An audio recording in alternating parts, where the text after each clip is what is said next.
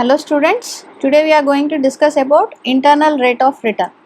So internal rate of return is also known as trial and error method, yield on investment, rate of return or time adjusted rate of return. Okay, so this is defined as a discount rate at which the present value of cash inflows equals to the present value of cash outflows, which means that net present value will be 0. See, what is net present value? Net present value is nothing but the difference between the present value of cash inflows to present values of cash outflows. We are stating that this will be equal to 0, then only you will generate present values of cash inflows to be equal to the present values of cash outflows. It is very similar like where in break-even analysis we have no profit, no loss, which we call it as break-even point. So as the internal rate of return is a discount rate or a discounted rate at which the present value of inflows will be equal to the outflows. Okay. So here we take into account the magnitude and timing of the cash flows.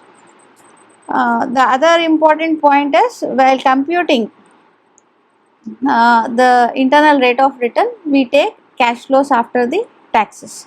Okay, so mathematically IRR is represented as small r. So the formula goes like this. Then we have the decision rule, where if IRR is greater than the cost of capital, we accept the project, and if IRR is less than cost of capital, we reject the project. Coming to advantages, it takes into account the time value of money. It considers all the cash flows, and it is an indicative of profitability. That is the rate of return. It gives a benchmark. That is, after this rate of return, the company will start generating profits. Okay. So it is consistent with the objective of wealth maximization. Now coming to the limitations, it is difficult to understand and it is a tedious process. So where it is a lengthy way of doing, because we are doing trial and error method, because a number of trials we have to put on, so that we have to see, we have to generate optimum internal rate of return. So in this process we generate multiple rate of returns. Okay, then the reinvestment of profits is not logical or not taken into consideration, so it won't help in mutually exclusive projects.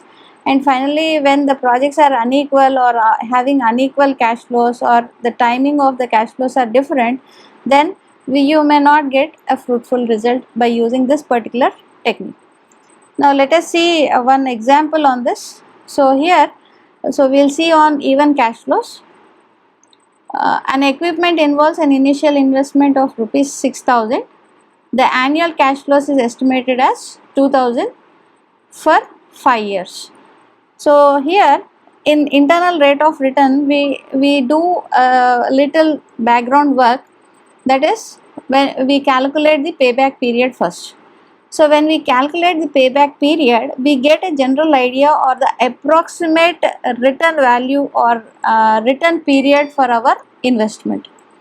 So this gives us an approximate value where we try to identify the exact IRR. So for this particular problem, the initial investment or the original investment or outlay, cash outlay, is given to be 6,000 and average annual cash inflows is 2,000. So when you take the ratio of this, you will generate 3 years. So 3 years is an approximate value of IRR, but it is not IRR. So if you see here, after finding out payback period, we need to identify two discounting factors where it lies between this value. So if you can see the table over here, you see that at 19% and 20%, you see the value is lying between, that is the 3 years period is lying between 19%, that is 3.058, and 20%, that is 2.991. Okay, so here approximately we have calculated or find out the range, that is this particular 3 years lies between 19% and 20%, but we don't know exactly what is our IRR. So 3 years is the payback period, approximate period when you will generate this return, that is 6,000 initial outlay is been recovered back, but we want to know exactly when it will be recovered. So it is lying between the discounting factors 19% and 20%. Okay, right. So in step number 2, we calculate the present values of cash inflows. As we have done in net present value, we take the cumulative. Okay, here. So here what we see is, since it is an even cash flow, directly we will calculate the discounting factor, that is 3.058 at 19%, that is 6,116. Similarly, for at 20% discount rate, you have 2.991, which is 5,982. So if you carefully observe the net present values over here, you see that 6,000 minus 6,116 gives you a positive of 116, and at 20% it gives a negative value. So what did we define there? We defined there that where our present values of inflows is equal to the present values of outflows.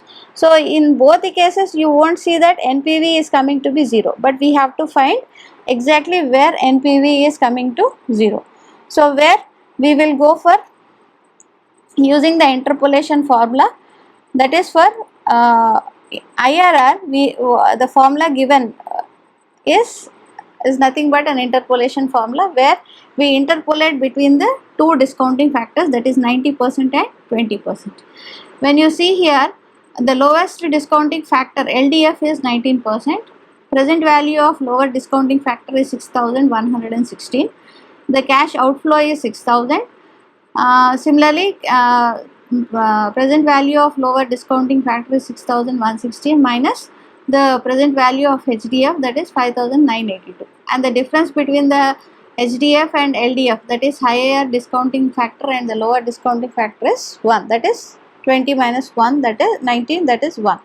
So you will get 19.86 as your internal rate of return. So exactly at this particular point, that is 19.866, you will generate NPV will be equal to 0, that is present values of cash inflows will be equal to the present values of cash outflows. Okay, so what is the thing that we take? The higher the values, that is when you are generating the return, it should be greater than 19.866.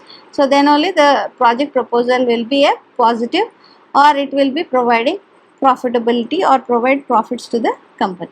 Okay, so we'll see one more example based on uneven cash flows. So if you see the uneven cash flows, so the problem goes like this: a project needs an investment of rupees 1,38,500. The cost of capital is 12%. The net cash inflows are given as follows, where you see the cash flows after taxes are 30,000, 40,000, 60,000, 30,000 and 20,000 for respectively 1, 2, 3, 4, 5 years. Okay. Now we need to calculate IRR and suggest whether the project should be accepted or not. So coming to the first step, we need to calculate the payback period. So the payback period is initial investment to average annual cash inflows. So here initial investment is 1,38,500, whereas the average annual cash flows is nothing but you take the average of all the cash inflows. So when you take the average, you are getting 36,000. So payback period is 1,38,500 divided by 36,000, you will get 3.847 years. Okay. Now what is the next step is, from the annuity tables we need to see where this 3.847 lies. So if you can see in the table, you see that this particular thing lies between 10% and 8%. Okay. So when we take it as 10% is 3.790 and 8% is 3.993. Okay. So we go for the calculation of present values. So if you see the present values over here, that is we calculate the discounting, we take two discounting factors. It is similar to the net present value where we have only one discounting factor there, but here since it is a trial and error method, we want to see where exactly our IRR, that is net present value, will become 0. So if you see here 10% and 8%, we get the discounting factors from the present value tables. So after calculating the present values, you see that present value, the net present value at 10% is negative and at 8% it is positive. So we need to interpolate now. So 10% and 8%, one is negative, the other one is positive. Okay. Now when we do the apply it in the interpolation formula, you see that you will get 9.938%. That is, it lies between 8% and 10%, where exactly your IRR is coming at 9.938%.